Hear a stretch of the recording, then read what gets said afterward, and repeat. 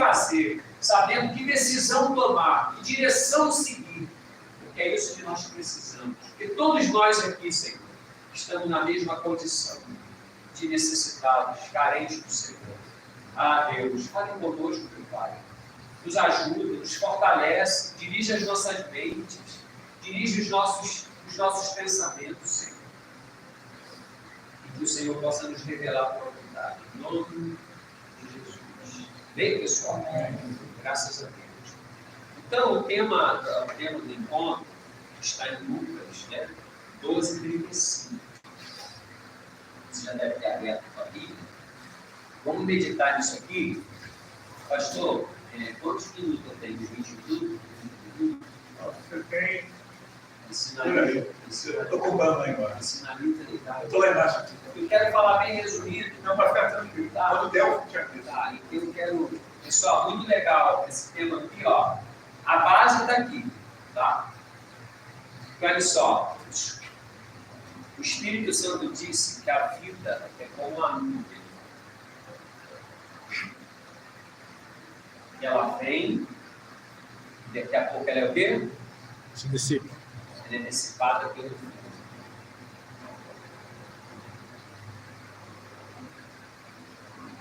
A vida é como uma. Então, olha o que o Espírito Santo colocou. Olha o que o Senhor Jesus disse. Estejais cingidos os vossos lombos e acesa as vossas candeias. Para que se cingir o lombo? Para quê? Cingir o lombo para quê? Aqui ele fala de quê? De se fortalecer. Aqui ele fala de quê? De se preparar. Olhe para mim. Você não vai ter sucesso em nada na sua vida se você não for treinado. Esquece. Tu vai fracassar como filho de Deus. Tu vai fracassar como esposo. Tu vai fracassar na criação dos seus filhos. Você vai fracassar no seu trabalho. E você vai fracassar no seu convívio social. Se você não for uma pessoa treinada. Esse treinamento que ele está falando aqui aponta para a eternidade, para o reino de Deus. Olha o que ele diz. Primeiro ele fala para cingir os lombos. Depois ele fala que esteja acesa as vossas candeias. Antigamente não tinha energia elétrica. Como é que iluminava seu lugar? Você pegava o candeeiro, né, pastor? Acendia e iluminava toda. Então ele está dizendo que a nossa candeia tem que estar acesa. Cingir os lombos, fortalecidos, preparados, treinados e com a candeia acesa. Traz para quê? Para a sua vida, uma vida cheia do Espírito Santo, o homem, relacionamento com Deus, vida com Deus, encontrou com o Senhor, sabe quem você tem seguido. Como Paulo dizia, eu sei em quem eu tenho crido. Paulo estava tomando pancada, açoitado, desprezado, discriminado pela sociedade. Dizia, eu sei em quem eu tenho Deus. Porque tinha assim, por que Paulo estava suportando aquilo ali? Porque Paulo cingiu os lombos. E a candeia de Paulo estava. Então ele tinha discernimento. Sim ou não? Se está de noite, você apaga todas as luzes aqui, você não sabe para onde vai.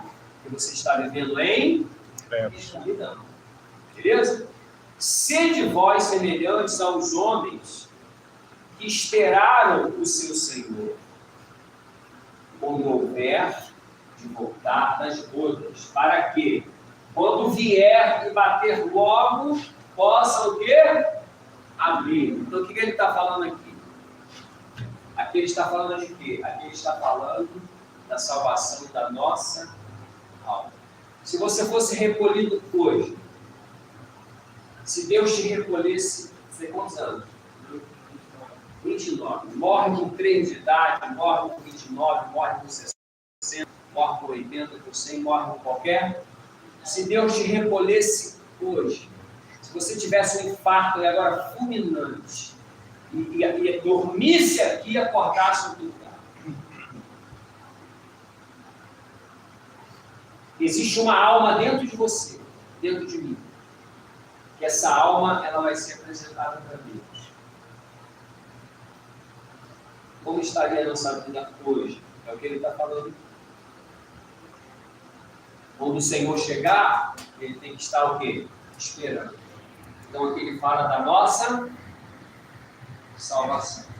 Você é uma pessoa salva ou você não tem certeza? Você tem medo? Você sente medo quando você lembra que você vai morrer a qualquer momento? Que você pode não existir mais aqui daqui a pouco? Então a primeira observação é essa aqui. Aponta para a nossa salvação, para a nossa vida eterna. Se a pessoa tem parte ou não no reino de Deus. Porque a pessoa não vai ser salva porque ela participa desse contexto religioso. A pessoa não tem a salvação, não tem a garantia, o penhor, né? Ela não tem a garantia porque ela é evangélica, porque ela frequenta a igreja. Tá certo? Então, a primeira coisa que o Espírito Santo chama a atenção aqui é para a nossa vida com Deus. Como é que está a nossa vida com Deus? Como é que está a sua vida com Deus? Qual é o seu nome? Não? Se Deus te reconhece agora, se você sofresse um infarto e morresse agora, você tem certeza que você tem a vida eterna? Responda. Você tem certeza que você é salvo? Você tem certeza que você tem herança do reino de Deus? Você tem certeza que a sua vida atendeu aos princípios do plano da salvação? Então, nós precisamos pensar nisso. Isso é o mais importante. Quem entendeu? Então, pensa nisso. Como é que está o teu relacionamento com Deus? Como você tem vivido com Deus? Como é que está a sua vida? Você tem aguardado a volta de Jesus? Você tem ansiado por esse dia, por esse momento? Qual é a situação da nossa alma hoje, da nossa vida hoje? Beleza? Graças a Deus. Quem entendeu? Amém.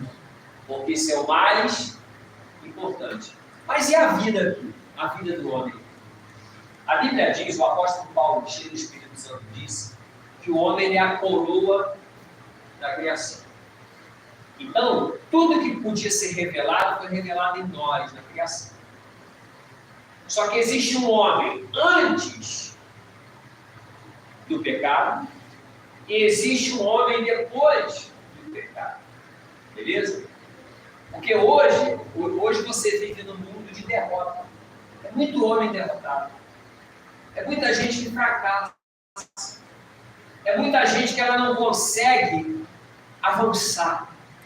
São muitas pessoas hoje jogadas pelas calçadas, pelos quartos, pelas casas, pelos manicômios, pessoas totalmente desmotivadas, sem prazer de viver. Hoje eu fui buscar minha esposa em Nova Iguaçu na loja, aí eu passando ali naquele viaduto ali de Nova Iguaçu, pastor, tem aquele restaurante ali, do garotinho ali, sabe o garotinho criou? Aí, assim, ó, de homens, pessoas deitadas ali. Aí ela falou assim, caramba, como é que aumentou a quantidade dessa gente? Então, se você pegar e entrevistar aquelas pessoas ali, você vai ouvir o que? Várias histórias ali. Tem ali o malandro, o vagabundo que não quer trabalhar. Sim ou não? Sim. Mas também tem ali aquele homem que ele foi vítima dessa vida de pecado, vítima da sociedade. Você entende? Aquela pessoa que às vezes você olha para ela, você julga ela, você fala assim, você é um malandro, safado, vai trabalhar, você é vagabundo, um cara forte. Mas você não sabe a depressão que está dentro dela. Você não sabe a angústia que está dentro dela. Você não sabe o vazio que ela carrega que leva ela a viver aquela vida ali. É muito fácil, às vezes, a gente criticar, julgar. Às vezes a pessoa tem uma aparência boa, mas ela é morta interior. Mas por quê? Vamos entender por que o homem fracassa. Por que uns têm sucesso e outros não têm? Por que a vida de alguns dá certo e a vida de outros não dá? Por que uns têm uma família fundamentada, casa, que já cria filhos, atravessa um casamento de décadas e outro casa a primeira, segunda, terceira vez e não é feliz no casamento? Por que os filhos que nascem daquela relação são crianças desequilibradas, mal criadas, não são insubmissas, não obedecem às autoridades, não obedecem à professora, dá trabalho na igreja, não fica sentada, é desobediente, é irreverente? Resultado daquele homem que fracassou.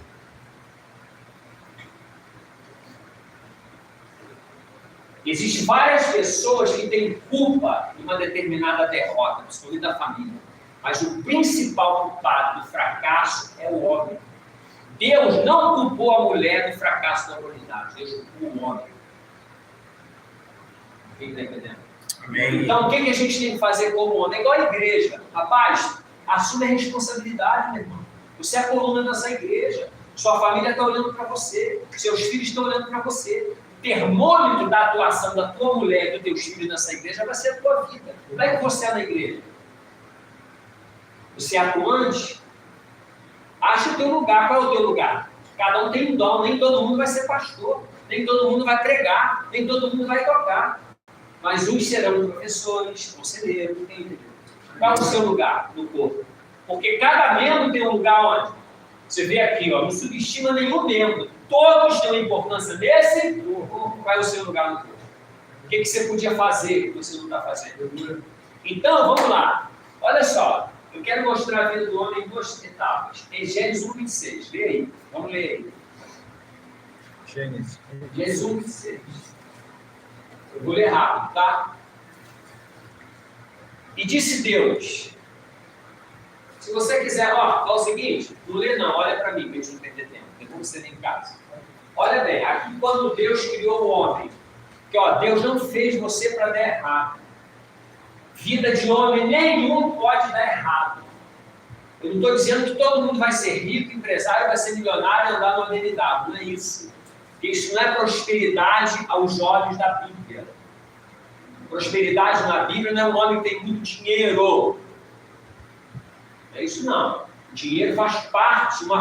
O dinheiro é uma pequena parte dessa prosperidade. Então, olha o que o Espírito Santo diz. Ele disse, e disse Deus, façamos o homem à nossa imagem, conforme a nossa semelhança. Olha para mim, aqui você vai entender quem você é. Aqui eu aprendo quem eu sou. Aqui é revelado a verdadeira identidade do homem. Quando o homem entende isso aqui, ele vai ser um eterno incomodado. Ele vai ser um eterno incomodado com as coisas. Por quê? Porque a partir desse momento ele não aceita mais o fracasso. Ele não aceita mais a derrota. Ele não aceita mais ficar prostrado. Ele não vai transferir para ninguém a responsabilidade dele. Ele vai assumir. Ele vai falar, qual é a minha responsabilidade? O problema é meu, então eu vou assumir. Eu vou resolver isso.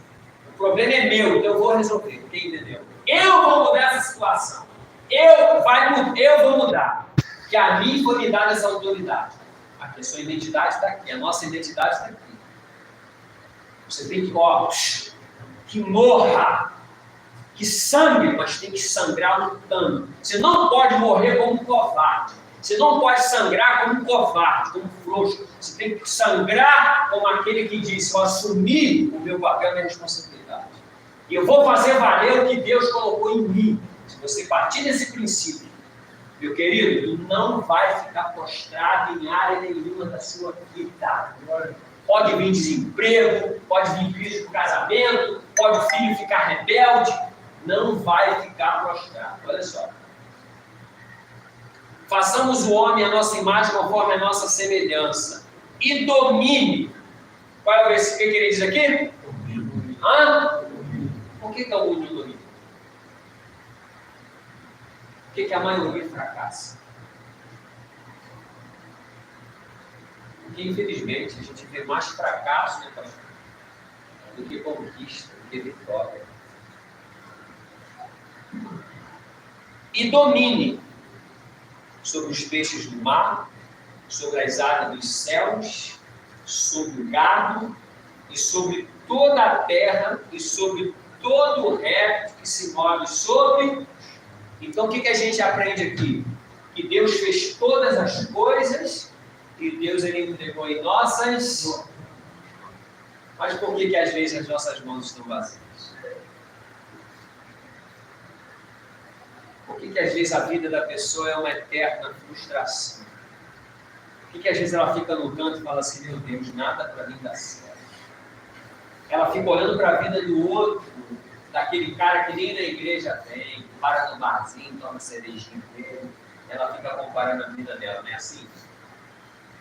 Né? E ela fala assim, poxa, por que a minha vida não dá certo? No nosso caso aqui, olha para mim, às vezes é Deus que não dá. Existe crente, filho de Deus, e Deus prefere ver ele ruidinho e humildezinho do que engrandecer ele e construir nele um soberbo orgulhoso. Entendeu? Então tem essa questão também. Às vezes a pessoa vive uma certa escassez na vida dela, é porque Deus sabe que se engrandecer ela perde. Então, por causa da onisciência dele, por ele conhecer o coração dela e sondar o coração dela, ele pensa assim, se eu fizer, eu avivo Adão também. Se eu fizer, eu vou avivar o velho homem que está aqui. Mas não é a ordem natural. O que a gente aprendeu aqui? Que Deus, ele criou o homem e ele disse, domine. Agora, como que esse homem domina? Quando ele fala dominar, o que ele está falando? Ele está falando do homem ter sucesso em toda a área da sua vida. Por exemplo, lá na família, quem é casado aqui? Todo mundo casado? Solteiro? Solteiro? Então, como é que um homem tem sucesso na família? Como é que ele vai ter sucesso no casamento dele? Primeira coisa, abaixo de Deus, a mulher dele é a pessoa mais importante da vida dele, não é o pai e a mãe dele, beleza? Então agora é a esposa. Esse homem, a vida dele é se dedicar à esposa e os filhos à família. Deus e depois a sua. Esse homem não tem amigo profissional. Esse homem não briga com a mulher e vai lá se queixar com a mãe. Porque se ele faz isso, ele ainda é um moleque, ele ainda é um garoto, ele ainda é um menino. Você está entendendo? Ele não briga com a esposa e vai lá reclamar com o pai, com o irmão dele, se queixar. Não. Se houver uma desavença ali, o que ele vai fazer? Ele vai parar, vai esperar a poeira baixar e ele vai fazer o quê? Ele vai resolver. Então, a primeira área que ele tem que dominar é a vida eterna, ele tem que ser salvo. A segunda área que ele tem que dominar, ele tem que ter sucesso no seu relacionamento familiar. Tá. Porque, por exemplo, toda essa juventude que, pode deixar coberto, toda essa juventude que você vê desequilibrada aí, toda essa juventude que você vê desequilibrada, você ensinou,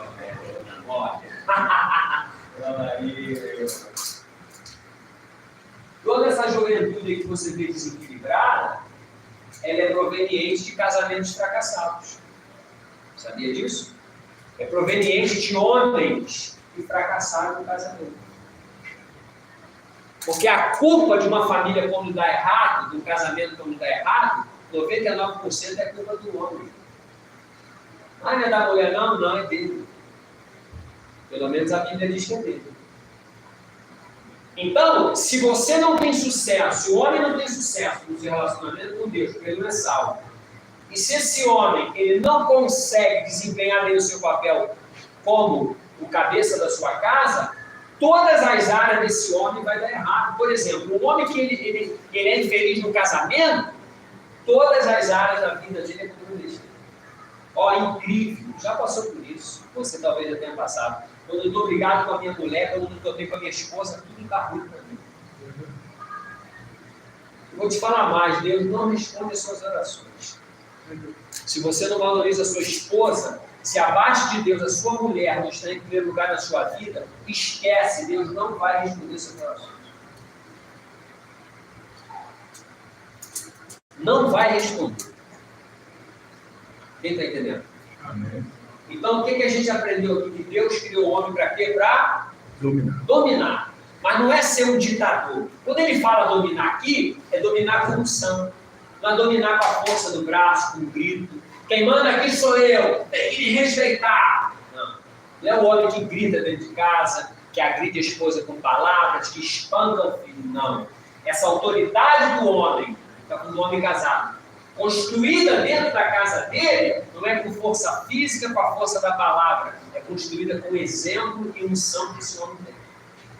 Porque quando esse homem ele é ungido, ele é consagrado, quando esse homem ele é resolvido com Deus, que ele tem vida com Deus, que o Espírito do Deus Altíssimo habita nele, ele não vai precisar gritar para dominar.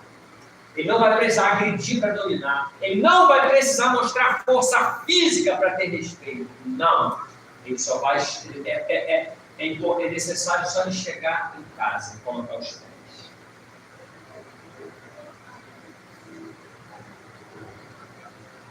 Porque o que constitui esse homem é a unção que está sobre a vida dele. Que foi exatamente o que estava sobre a vida do Adão. Porque quando Deus disse para ele assim, criou ele, disse assim, ó, você agora vai dominar. O Adão ali estava revestido de autoridade. Deus pegou toda a criação e entregou em suas mãos.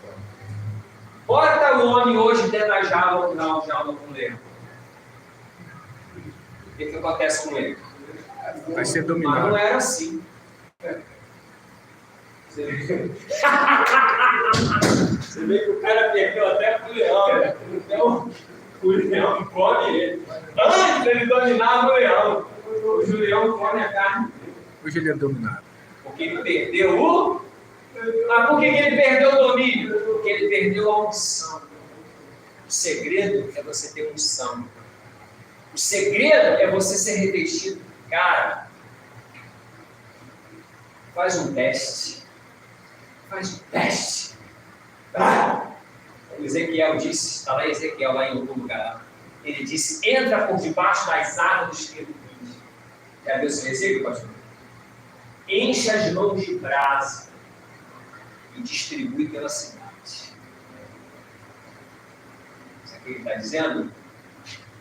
Se revista, se posicione, se apresente, se coloque diante dele.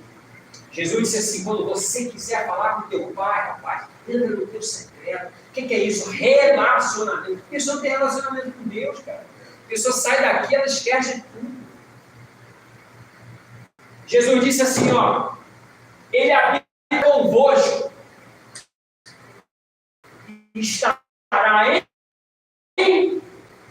Falava do próprio Deus que habitava com eles ali na pessoa dele, mas que depois que o sangue fosse derramado na cruz, que houvesse a reconciliação, agora esse Deus estaria neles, dentro deles. Porque isso foi tirado lá do Éden. Isso que ele está dizendo, ele estará em vós, estava acontecendo com Adão aqui nesse momento. Mas e depois? Depois está no capítulo 3, versículo 17, olha só. Olhe para mim. Eu não sei como é que está a tua vida. Eu tenho coisas que eu estou buscando ainda, tá? Para resolver. Eu não sei como está a sua vida. Eu não sei o que você tem que resolver. Mas o grande segredo é se apresentar. Se posicionar. É dizer, Senhor, o que está faltando em mim? Senhor, o que não foi restituído em mim, que foi me tirado lá no Éden? Entendeu? Senhor, o que ainda não foi restituído em mim naquele primeiro Adão? Porque é isso que tem mostrado, a minha vida tem mostrado. Agora olha só.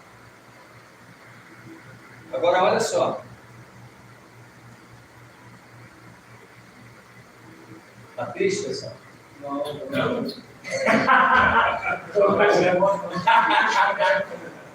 Você já me conhece, né? Eu falo com amor, né? A pessoa quando faz acha que é bravo. Oh, Deus. E Adão disse, aqui já era outro Adão, aqui já era o Adão caído, aqui já era o Adão que perdeu a autoridade, que não dominava mais. Existem dois Adões, Adãos não. O que domina e o que não. Qual é o que domina? É aquele que nele existe a integridade da semelhança de Deus. É aquele que Deus disse, domine sobre tudo. Mas tem um outro que Deus disse assim, ó,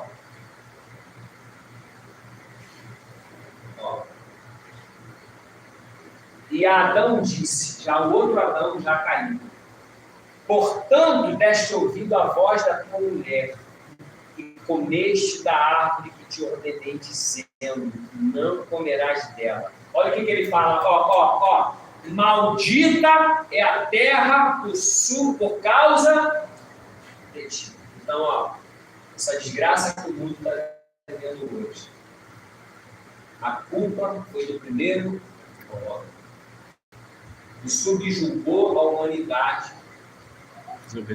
a essa maldição. Então, o que a gente aprende aqui? Que a culpa é do homem. Mas por que o senhor está dizendo que a culpa é minha desse problema que eu estou vivendo? Que Deus colocou você lá abaixo dele como autoridade suprema. Está dando errado o casamento? A culpa é sua. Mas minha mulher é assim. Você tinha que ter visto o namorado. Como é que ela tratava a mãe e o pai dela? Pela maneira que ela falava com a mãe e o pai, ela falava com você. Pagou para ver, menino nem crente é. Cara, é legalzinho, não bebe, não fuma, vou casar, depois eu vou ganhar ela. Vai ganhar ela. Não separa. Luta, não separa. Não tem mais jeito. Tem que ficar com ela até que a morte se vai separar, vai ficar morta. Problema. Glória a Deus. Não, pessoal, olha só. Se for o primeiro. Mas independente do que seja, pessoal, do problema que o homem esteja passando, a identidade dele está em Gênesis 26. Quando ele lê aquilo ali, que ele entende, porque quem nós somos realmente para Deus, está revelado nesse versículo. Ele fez você com autoridade para dominar sobre todas as coisas. Mas por quê, pastor, que uns fracassam e outros têm sucesso na vida? Por que muitos fracassam no casamento, fracassam na vida financeira, fracassam na criação dos filhos, na família? Mas por quê? Exatamente porque falta a esse homem restituir a sua autoridade.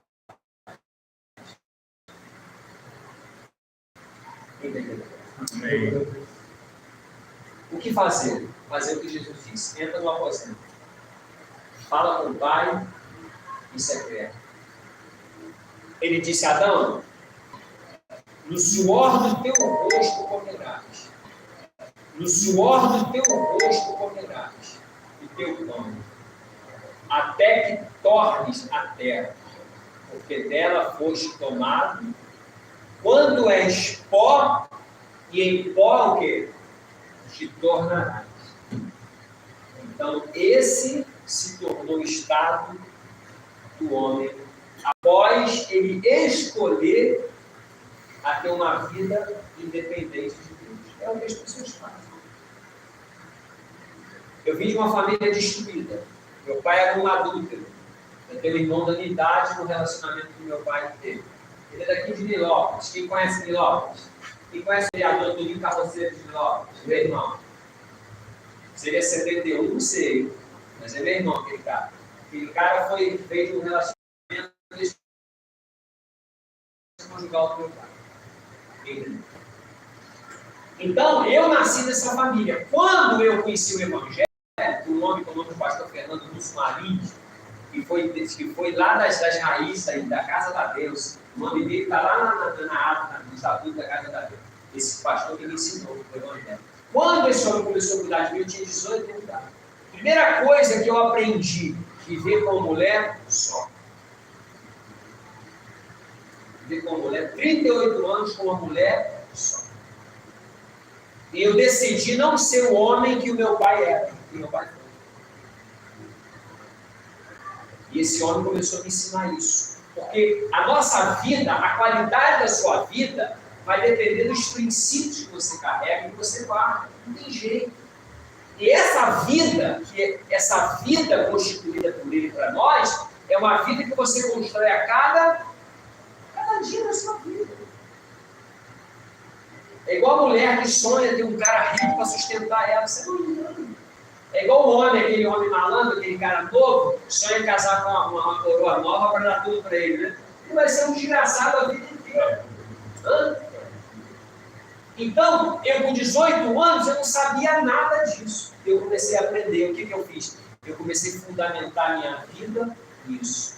Primeira coisa, larguei os deuses que eu servia, joguei fora os deuses, assumi a minha fé em Jesus, casei com a minha esposa, fui fiel, valorizei meu casamento, meus filhos, minha esposa engravidou do meu filho e eu comecei a ensinar. E se fazem já 38. Meu filho está com 35 anos. Na vida ele me liga me dando conselho. Pai, olha só. Pai, Regiana. Pai, olha só. Não pode procrastinar nesse mundo. Pai, pega essa página, vai investindo nela. Daqui a um ano, vai estar em qualquer lugar do Brasil trabalhando sem ter loja física. Ele fala comigo. Sai fora disso. Começa a escravidão. Fica de olho fora. Aí ele fica me dando conselho. Mas isso eu plantei aonde? Minha filha é a mesma coisa. Então, pessoal, para resumir nossa conversa aqui,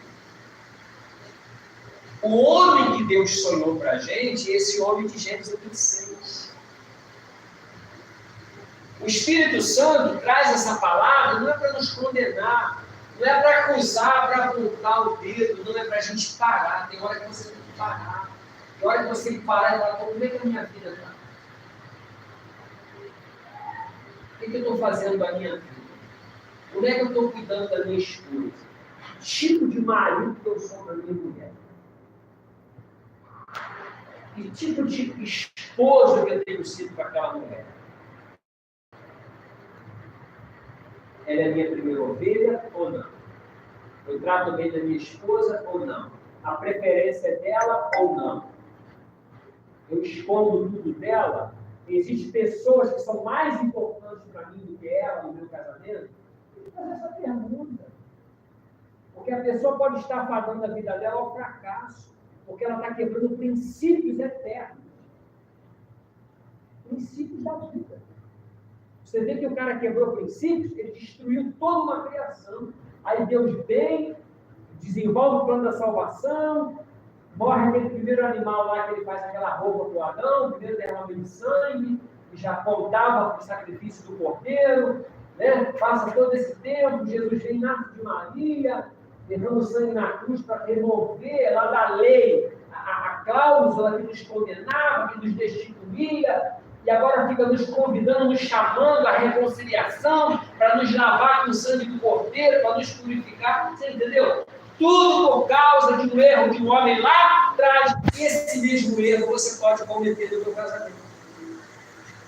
Você pode correr o risco de ser um mau marido e gerar filhos desequilibrados. Olha para mim, não sei como é que são seus filhos. Seu filho é o reflexo de quem você é.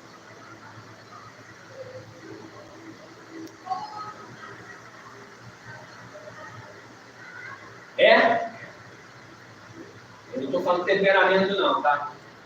Estou falando de caráter, de vida com Deus. Como é que pode? Você diz que ama a Deus e seu filho cresceu dentro de casa, aquele moleque dentro de casa e não ama a Deus. Tem alguma coisa errada. Ele não conseguiu enxergar coisas em você, ele tinha que enxergar para construir nele esse sentimento, esse caráter. Ah, mas nem todo mundo vai se salvar. Mas isso não é uma regra. Tem exceções. Como é que meu filho não consegue amar o meu Deus? O Deus que ele cresceu ouvindo? Uma semana antes do meu filho casar, com 27 anos, eu falei, e aí? Uma semana não, um dia antes. Ele casou no cartório e ficou 40 dias ainda com a casa montada sem morar com a mulher dele. Ele tinha que ser abençoado na igreja. Ele aprendeu que ele aprendeu que casamento só acontecia quando o sacerdote unisse ele e ela no altar. Ele aprendeu isso. Ele viu isso. Aí um dia, aí já tinha 40 dias de casado no cartório. Já tá doido, né? Cedo! Aí eu falei assim, e aí? Falei, eu vou começar aqui o papo de ontem. E aí? Escorregou, cara? Não, pai. Não peguei nada.